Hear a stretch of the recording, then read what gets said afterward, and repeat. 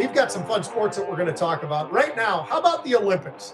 Now, we always, once we had the professionals getting involved, it became the dream team, right? Because suddenly it was the dream to see all these amazing players come together, Michael Jordan, and all of these various studs from the NBA. Well, this year is no different. And the stud of studs, in my opinion, is Ant, otherwise known as Anthony Edwards. John, he's a Timberwolf. That's not the only reason I like him, because I'm up here in Minnesota. I think the guy, everything he stands for as far as the fans and everything he gets into when it comes to what he puts himself into for every single game, whether it's a playoff game or a preseason game or regular games in the regular season, he is special. And I loved that he got up there with all the confidence in the world and he goes, hey, look, I'm the number one option. End of story. Who needs to argue with them? Well, you got KD, you got all these other players out there. I mean, a lot of guys probably feel like, well, maybe I'm Steph Curry, but Steph Curry, you're getting pretty old. KD, you're getting a little bit older too. And this guy's 24 years old. Is he cocky? I wouldn't call it cocky. I'd say it's confident. When you can back it up the way he's backed it up each year in the NBA, that ain't cocky. That's a guy who is probably the best player on that team. And I'm excited for that more and more and more, because he's building something with these guys. They're going to run some of these countries off the court pretty quick, John. Oh, yeah. Well, and I loved, of course, as you did, Pete, that he called out LeBron especially. And he said, LeBron, no, I'm your best option. Give me the ball. Now, he didn't talk about Tatum, and he didn't talk about, a couple of the guys that are a lot closer to his level, Pete. Yeah. But LeBron, at this stage in his career, especially with this, there's a big difference with Olympic, because most of you know this, but the lane is much bigger in the Olympics. And who knows, maybe they actually even enforce some things like lane violations and traveling, Pete. Who knows? They might do that. You imagine those NBA players going, what do you mean I can't take 4 steps? What do you mean I got to dribble from half court? That's BS. It's going to be exciting, and I think this truly is another dream team. When you look at who we have on the roster and the height and the speed and the shooting ability and everything, there's only one ball. That's the only thing hurting the U.S. is there's only one ball on the court at one time. All right, John, let's jump to the next one, which is quarterbacks in the NFL. And we're getting awfully close. We talked about it yesterday.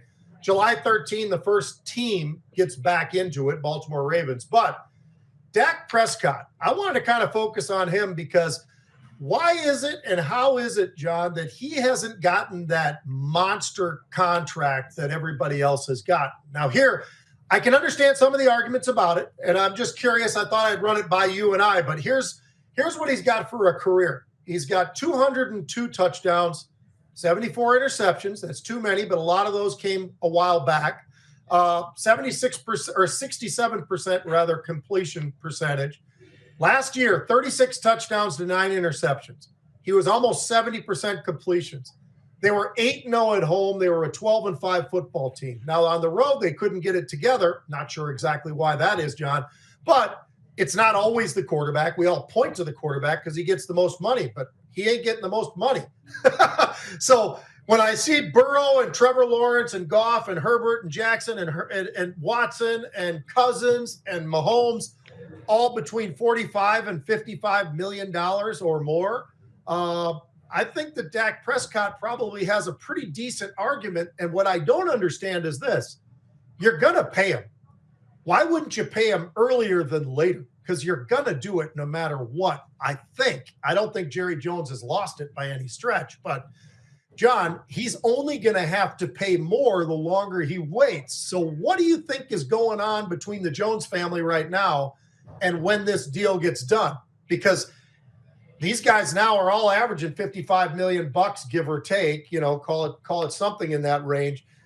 Dak Prescott's probably going to get, if they keep waiting, maybe 60, maybe more. I don't know. What do you think? Well, see, and that is the risk, Pete, because I'm sure when, those first contracts were signed, people thought, okay, Burrow and Mahomes getting an extension and things like that, okay, that's the top.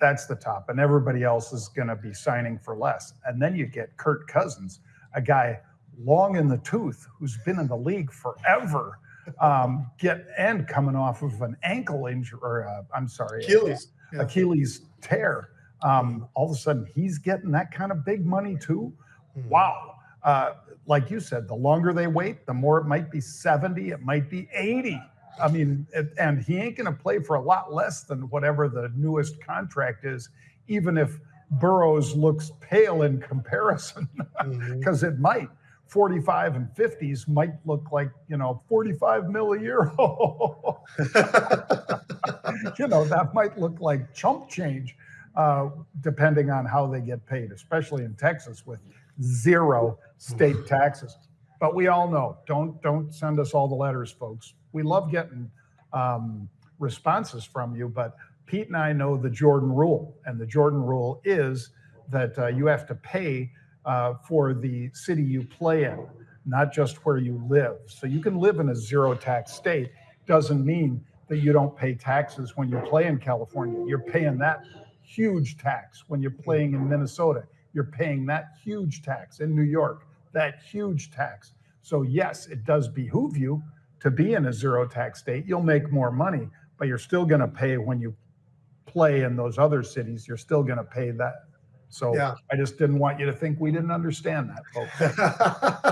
Well, I'll tell you what, he won't have too many worries once he does sign this contract. And I came into this thing thinking, I'm not so sure. The one thing that I would say negative, if there is a negative about Dak Prescott, he's had a hard time in the playoffs, the postseason, which is where all that matters. I think his record is 2-5, John. So, is he a great player? Yes. He's got 14 touchdowns and 7 interceptions during the playoffs when he's been there. So that's 50% of the touchdowns are going to be interception.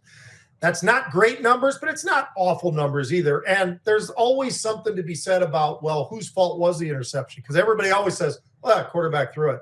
Yeah, but did the receiver run the wrong route? Did somebody do something wrong? Did they misread something?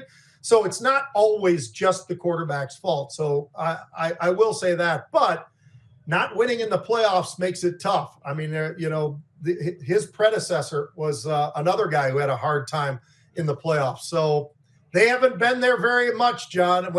They haven't gotten very deep, I should say, in the playoffs in quite a while. So it'll be interesting to see how Dallas fares this year.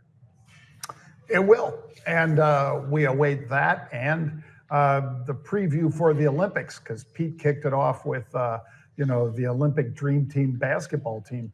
There'll be a lot of interesting Simone Biles and a lot of really interesting athletes at the Olympics this year. Can't wait for it. It's a couple weeks out, but it's coming fast.